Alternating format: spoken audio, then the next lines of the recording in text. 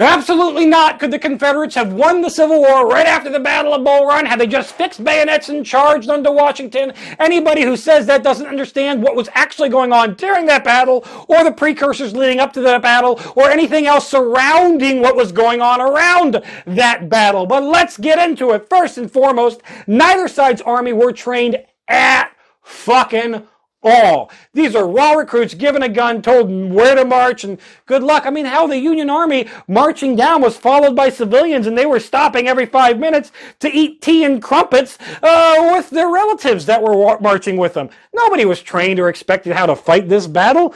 The battle itself wasn't an overwhelming Confederate victory. They were actually losing and got pushed back to Henry House Hill before Stonewall Jackson stood like a stone wall on top of the hill, said, "Screw all my casualties, let his men get obliterated before fixing bayonets and charging down the hill," which did cause the rout of the Union Army.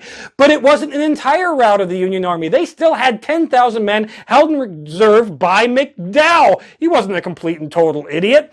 On top of that, traitor President Davis was actually at the site of the battle at the end and ordered an all-out charge, and it didn't go through because the Confederates were so disorganized and just fucking scattered to the winds that they couldn't actually get a mounting assault of the retreating Union soldiers. They tried, and then they got met by artillery batteries, which slowed them down and ultimately stopped them from continuing their advance on into Washington. On top of all of that, even if they were able to break through the artillery, break through those 10,000 reserve units, there are still the 18,000 men of Patterson's command that is over in Winchester that was supposed to stop Stonewall Jackson from going to. They didn't. They could have been routed off to Washington.